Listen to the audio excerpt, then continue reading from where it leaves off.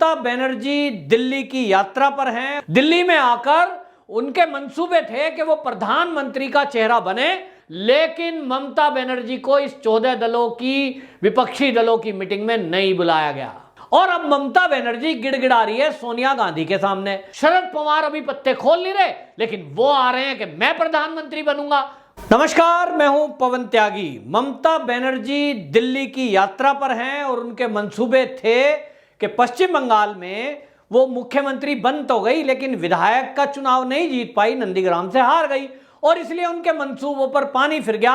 मुख्यमंत्री बनकर वहां खेला होवे करने का नारा देने वाली ममता बनर्जी, रोहिंग्या और बांग्लादेशियों को बसाने वाली ममता बनर्जी, अब उनको लगने लगा कि 6 महीने के अंदर अंदर अगर विधायक का चुनाव नहीं हुआ, वो नहीं जीत पाई, तो ममता बनर्जी को वहां इस्तीफा देना पड़ेगा और इसलिए अब वो चली हैं दिल्ली की तरफ। दिल्ली में आकर उनके मंसूबे थे कि वो प्रधानमंत्री का चेहरा बने, विपक्ष के नेताओं को इकट्ठा करें और सबको राजी कर लें कि सारा विपक्ष उनको प्रधानमंत्री का चेहरा मान लें। लेकिन ऐसा भी नहीं हुआ और ममता बनर्जी का एक और सपना चकनाचूर हो गया। 14 दलों के नेताओं की एक मीटिंग कांग्रेस के नेता मल्लिकार्जुन ने जो बुलाई, राहुल गांधी उसमें मौजूद था। यहां तक कि आप देख लीजिए कि छोटी सी पार्टी आप पार्टी, उनके भी प्रतिनिधि शामिल थे, लेकिन ममता बनर्जी को इस 14 दलों की, विपक्षी दलों की मीटिंग में नहीं बुलाया गया। यानी एक बार फिर ममता बनर्जी के मंसूबे ध्वस्त हो गए। ममता बनर्जी मुख्यमंत्री पद से तो इस्तीफा देंगी ही, अब उनको लग रहा है कि केंद्र की राजनीति करने के लिए राज्यसभा के जरिए वो सांसद बनना चाहती हैं। सांसद तो बन जाएंगी, लेकिन प्रधानमंत्री बनने का सपना, मतलब बन तो सकती ही नहीं थी, सपना देख रही थी, विपक्ष का एक चेहरा हो जाती, लोग ममता बनर्जी के नाम पे चुनाव लड़ेंगे, ऐसा ममता बनर्जी सोच रही थी। बेचारी वो सपना भी नहीं देख सकती, क्योंकि 14 दल जहां इकट्ठे हुए उसमें ममता बनर्जी को बुलाया ही नहीं गया। और अब ममता बनर्जी गिड़गिड़ा रही है सोनिया गांधी के सामने। सोनिया गांधी से मिलने गई, चाय पे चर्चा करी, मीडिया को आकर अपने आप ही बता रही हैं कि मैंने कहा सोनिया जी, जो क्षेत्रीय दल हैं उनको भी आप जरा तवज्जो दो, क्योंकि टीएमसी एक क्षेत्रीय दल है, पश्चिम बंगाल के अलावा कहीं कोई जानता नहीं। और इसलिए ममता बनर्जी सोनिया गांधी से रिक्वेस्ट कर रही हैं कि क्षेत्रीय दलों को भी ममता बनर्जी जरा तवज्जो दे दो, हम क्षेत्रीय दल के लीडर हैं। लेकिन ममता बनर्जी को सोनिया गांधी ने भी तवज्जो नहीं दी। क्यों दे? सोनिया गांधी को लगता है कि वो अपने पप्पू यानी राहुल गांधी को प्रस्तुत करेंगी। प्रधानमंत्री बनाने का सपना ये भी देख रही हैं, इनका भी सपना पूरा होगा नहीं सोनिया मैडम का, लेकिन सपना है। मोदी के सामने सब सपने देखने के लिए तो आजाद है। तो मोदी जी के सामने 2014 में भी सोनिया सपना देख रही थी, मेरा बेटा एक दिन देश का प्रधानमंत्री बनेगा, फिर मैं इसकी शादी करूंगी। वो हुआ नहीं। 19 में सोचा कि 5 साल वेट कर लें फिर हो जाएगा, और डाउन चली गई। और अब की बार बची कुची सीटें जितनी आई थी कांग्रेस की, वो भी जाने वाली हैं, क्योंकि कांग्रेस के एक के बाद एक घपले घोटाले जो खुलते जा रहे हैं। चुनाव आने दीजिए, ये दोनों मां बेटा शायद जेल में हो, क्योंकि जिस तरह से पेगासस को लेकर ये हल्ला कर रहे हैं, मैं पक्के तौर पे कह सकता हूं कि इन्होंने जरूर कोई घपले घोटाले कर रखे हैं, जो इन्हें इतनी चिंता है। ममता बनर्जी तो ये तक कह गई कि ये पेगासस घोटाले से उनकी जान को खतरा है। पता नहीं कौन से घपले, कौन से घोटाले इन लोगों ने किए हैं, जो इन्हें जासूसी से इतना लंबा चौड़ा घटला हो गया। 14 दल इकट्ठे हो गए, मिलकर के तय कर रहे हैं प्रधानमंत्री का चुनाव तो 2024 में आएगा, भाई इसके पहले पेगासस से निपटो। तो पेगासस कुछ नहीं है, एक सॉफ्टवेयर है, सरकार जासूसी कराती है, देश की आजादी के पहले से होती आई है। जवाहरलाल नेहरू ने करवाई, इंदिरा गांधी ने करवाई, इंदिरा गांधी ने इमरजेंसी लगाई, आरएसएस के कार्यकर्ताओं को पकड़ पकड़ के जेलों में ठूस दिया गया, प्रताड़ित कर दिया गया, नखून तक नोच लिए गए, उनको इतना प्रताड़ित किया गया। लेकिन आज ममता बनर्जी को लगता है कि वो जो आपातकाल था, इमरजेंसी थी, इस समय मोदी जी उससे भी खतरनाक काम कर रहे हैं। अरे भाई, वो आरोप लगा रही है ममता बनर्जी कि मोदी जी जो है ईडी का, सीबीआई का दुरुपयोग कर रहे हैं। मैं पूछना चाहता हूं ममता बनर्जी, आपको पता होना चाहिए जिस मोदी पर आप आरोप लगा रही हैं, आप 10 साल सीएम रही हैं और 10 साल सीएम रह के आपने क्या क्या कारनामे पश्चिम बंगाल में किए हैं। अगर आप कह रही हैं कि आपकी जासूसी हुई है, कंफर्म है, तब तो आपके सबके घपले, घोटाले, भ्रष्टाचार जितना भी पश्चिम बंगाल में आपने 10 साल में किया, मोदी जी के पास उसका रिकॉर्ड होगा। अगर आप कह रही हैं आपकी जासूसी हुई, पक्का हुई, आपके भतीजे की हुई, तब फिर ये मुझे बताइए कि यदि आपकी जासूसी हुई है, मोदी सरकार ने आपकी जासूसी कराई है, तो आप आज तक जेल में क्यों नहीं गई? आप कह रही हो ईडी और सीबीआई का दुरुपयोग हो रहा है, तो क्या आप और आपके भतीजे या आपके मंत्री ईडी और सीबीआई ने किसी केस में जेल में बंद करें?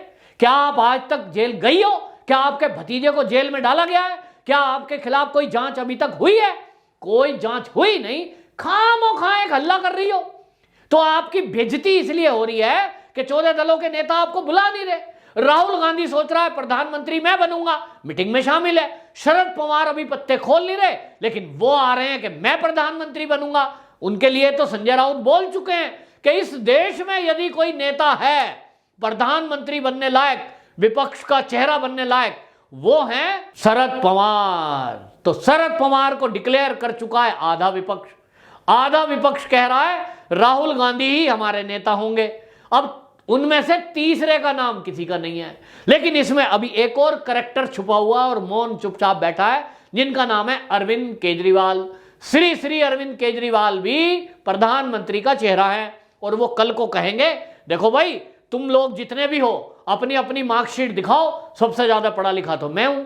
तो भैया आप जितने 14 दलों के इकट्ठे हुए हो, चाहे उसमें आरजेडी है, फलाना है, डिमका, जितनी पार्टियां हैं, उसमें वो कहेंगे साहब मैं तो सबसे ज्यादा पढ़ा लिखा हूं, पप्पुओं के सामने तो मैं बहुत पढ़ा लिखा हूं, तो प्रधानमंत्री बनने की काबिलियत तो मेरे अंदर है। तो 4-5 नेता इनमें निकल करके आगे आएंगे और वो अपना दावा पेश करेंगे कि विपक्ष का चेहरा मैं हूं। जैसा पिछले 2 बार चुनाव में हमने देखा, 14 और 19 के चुनाव में हमने 2 बार देखा है कि इसी तरह विपक्ष इकट्ठा होता है, हर बार एक मंच पे हाथ पकड़ के खड़े होते हैं, अब की बार मोदी को उखाड़ के फेंकेंगे। मोदी इनसे हिलता भी नहीं, उखाड़ फेंकने की तो बात क्या है। तो अब तो मोदी ने 10 साल में इतने काम कर दिए, अभी 10 पूरे हुए नहीं, तो भैया इतने काम कर दिए, लेकर के 14 से लेकर फिर 19 अब तक चला गया, और अब तक इतने काम, इतनी सड़कें, इतने हाईवे, देश की तरक्की, लोगों को राहत और विदेशी नीति, ये सब हो गया। धारा 370 हट गई, राम मंदिर का रास्ता हो गया। अब तो मोदी की सीटें पहली बार से भी 1.5 से 2 गुना आ सकती हैं, 1.5 गुना तो आएंगी पक्का। तो भैया इसलिए देश की जनता मोदी के अलावा किसी को चुनेगी नहीं। 70 साल कांग्रेस का शासन उन्होंने देखा, जितने भ्रष्टाचार हुए, जितने दंगे फसाद हुए, जितने लोगों को धर्म और जातियों में बांटकर आपस में मनमुटाव करवाए गए, सबने देखा। पहली बार देश की आजादी के बाद कोई ऐसी सरकार बनी है जिसने कहा सबका साथ, सबका विकास, सबका विश्वास, और वो है मोदी जी। तो दाल किसी की गलनी नहीं, और इसलिए सारे इकट्ठे हो रहे हैं कि एक झूठा मुद्दा ले लो, कल को इनको लग रहा है कि जेल जाने वाले हो, क्योंकि कुछ ना कुछ घपले घोटाले तो इन लोगों ने किए हैं, इसलिए इतना डर रहे हैं। तो ये सारे इकट्ठे हो रहे हैं कि सारे इकट्ठे हो जाओ, जैसे होता है ना कि भाई जंगल में इकट्ठे हो जाओ, सारे गीदड़ इकट्ठे हो जाओ, तो सारे गीदड़ इकट्ठे होकर क्या किसी शेर का मुकाबला कर सकते हैं? ऐसा हुआ है? ऐसा नहीं होता है। तो आप देखिए कि इन्होंने फर्जी किसान आंदोलन खड़ा कर दिया, फर्जी जो है सीए का मुद्दा खड़ा कर दिया, अब ये पेगासस ले आए, कल को ये कुछ और ले आएंगे। मतलब इनको झूठ का सहारा लेना पड़ रहा है। ये इनकी दरिद्रता को दिखाता है कि देश का विपक्ष किस तरह से दरिद्र हो गया है। ममता बनर्जी की जहां तक बात करूं, जिस सोनिया के सामने जाकर आज वो गिड़गिड़ा रही है ना कि साहब क्षेत्रीय दलों को भी कुछ कर दो, तवज्जो दे दो, ये इसी कांग्रेस को छोड़ के आई, फिर टीएमसी बनाई, आज उसी की गोद में बैठ रही हो, तो फिर टीएमसी बनाने की जरूरत क्या थी? कांग्रेस में ही रहती। तो अगर आपको लग रहा है, लेकिन क्यों? क्योंकि सोनिया गांधी से इनकी बनेगी नहीं, इनकी किसी से बनती नहीं।